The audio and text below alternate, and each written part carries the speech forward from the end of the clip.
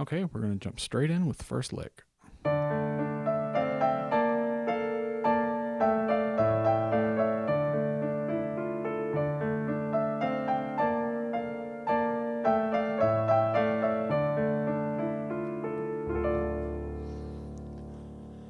Okay, so I think the thing that gave me the most trouble here is the thirds here in the third bar. That's probably why I have that here.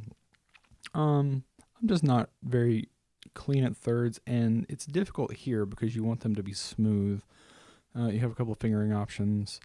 I'm opting for this one, which is 3-5, 2-4, 1-3. You could also do 2-4, 1-3, 1-2. That works. That one has maybe a little less travel. You have to travel quite a bit into the keys to get either of these because of where that C sharp is. But I think if I was going to play in another key, like if I ended up in the key of C minor instead of D minor, then it would be a G chord. So I'd have, and that's a much, that's probably what I'd be more likely to end up at. This will probably work in most keys when I'm transposing. And the thing is, at this tempo, you can't really pedal every one of those those thirds. A lot of times, the way to clean up thirds is basically get our ears back in this key here. Okay. A way to clean up the thirds is you can use the pedal to basically bridge any two that are a little janky. So basically you're slurring into it. Whichever one you think is going to be a little choppy, you just pedal and then release right as you're hitting the next one.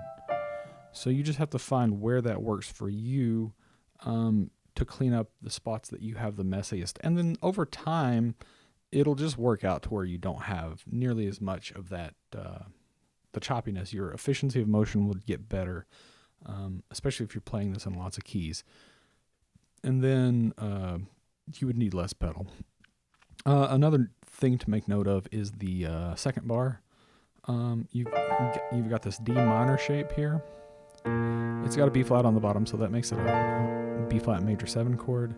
But basically, you want to be playing this whole shape as an octave triad, which we all know I have trouble with, so that you can just alternate between these.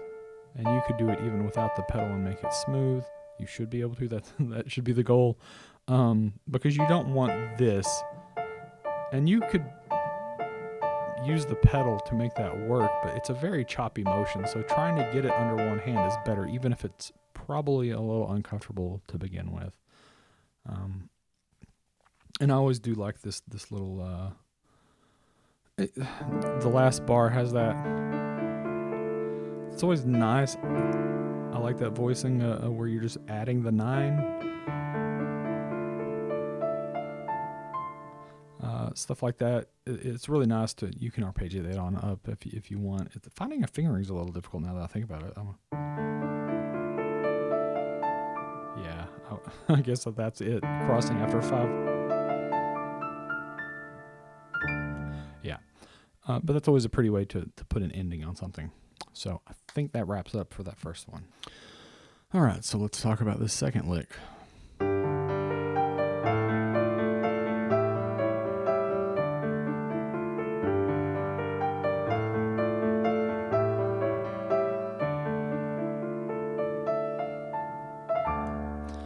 So this has a really similar, this has a whole theme about getting your hand around these octave triads. So in that first bar, you just need to be in this shape for this octave triad, and then you're just playing the different notes. This is really similar to like things on guitar where you might be in a finger style position. You kind of have your fingers, your plucking fingers just kind of set, and then you just run through a pattern. They are perched over the strings they need to hit. So you're perched over the keys you need to hit. So now you just need to pluck these strings or pluck the keys, play the keys. But you're already in shape to do that. And then it just moves down. Each of those is the same idea. And this is the thing where I guess from a practice standpoint, you could just play these blocked and see how good you are at playing those blocked. It's really difficult for me. It's actually much easier for me to play them in some sort of broken fashion,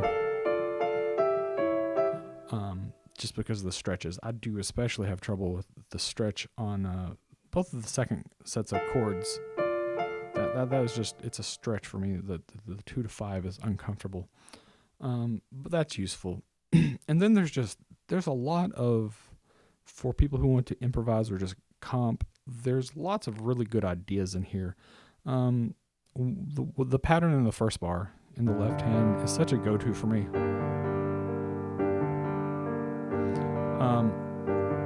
You can just play block chords over this, and just that little bit of motion, the 1-5-1, it gives you a really clear set of meters. So I'm in 3 here, because this piece is in 3. But you could easily put this in 4.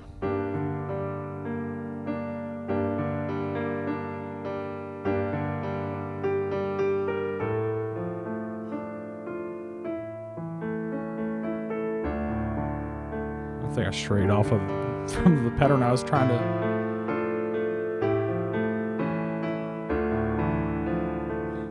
And then you just do whatever else to fill in with your other hand.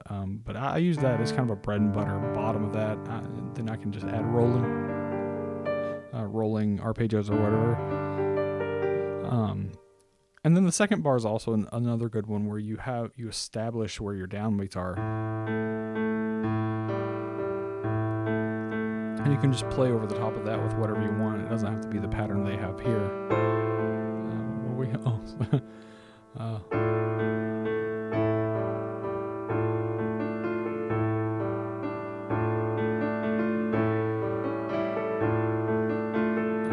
And you could descend. Make a descending pattern.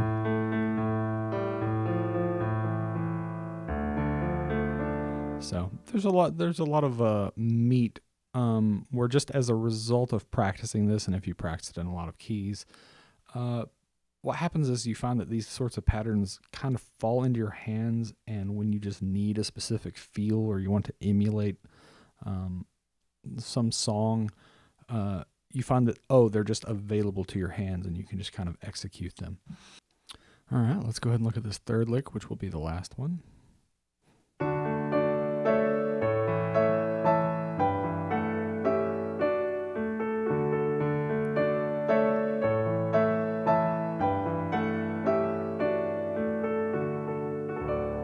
Okay, I missed the downbeat there on the repeat. But yeah, that's the gist of that. This is one where, your hand's not going to really fit around. I'd probably play that first 2 bars in that triad position. I don't even think that's what I was doing.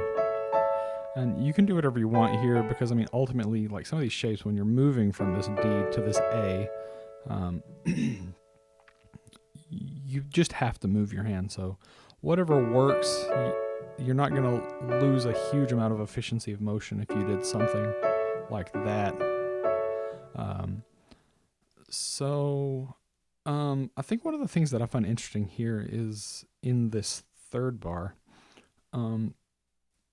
it's really moving from the second bar into the third bar. So in the third bar, you have this in your left hand, and then you end up going up, but we'll just stick with this. The nice thing is you're doing sort of like a line cliche situation where you're just going down while you're hanging over the same chord. So it's just that, but the rest of this is still outlining this A. And you could keep going. That's kind of a nice, pleasant thing.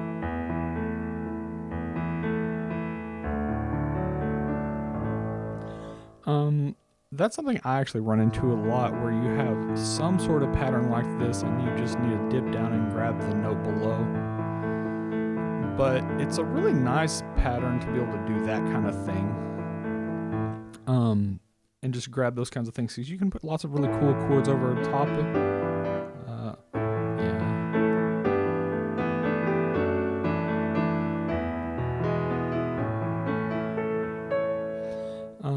So that's a really nice pattern that I like, and you can get a lot of motion in that.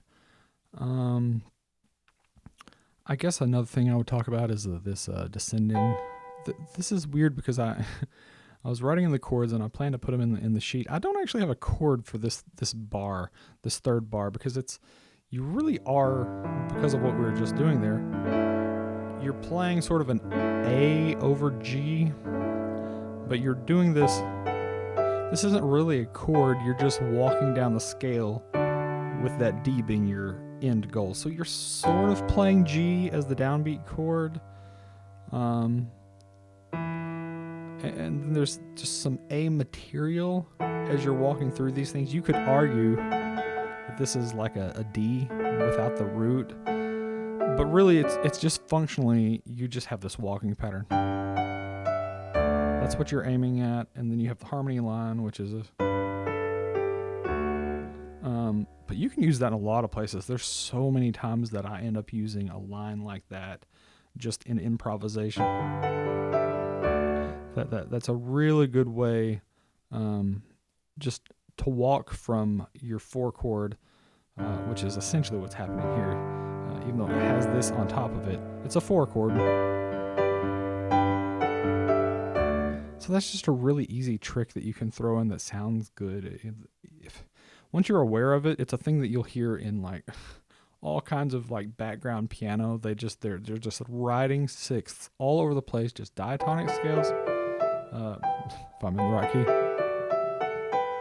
they're just everywhere in everything, and you can mess with them. So yeah, I mean, there's a lot of meat, just in the ideas of this last little lick. So I think I'm gonna call it there because there's not that much more to say about this. But thanks for coming along. Hopefully, some of this was helpful.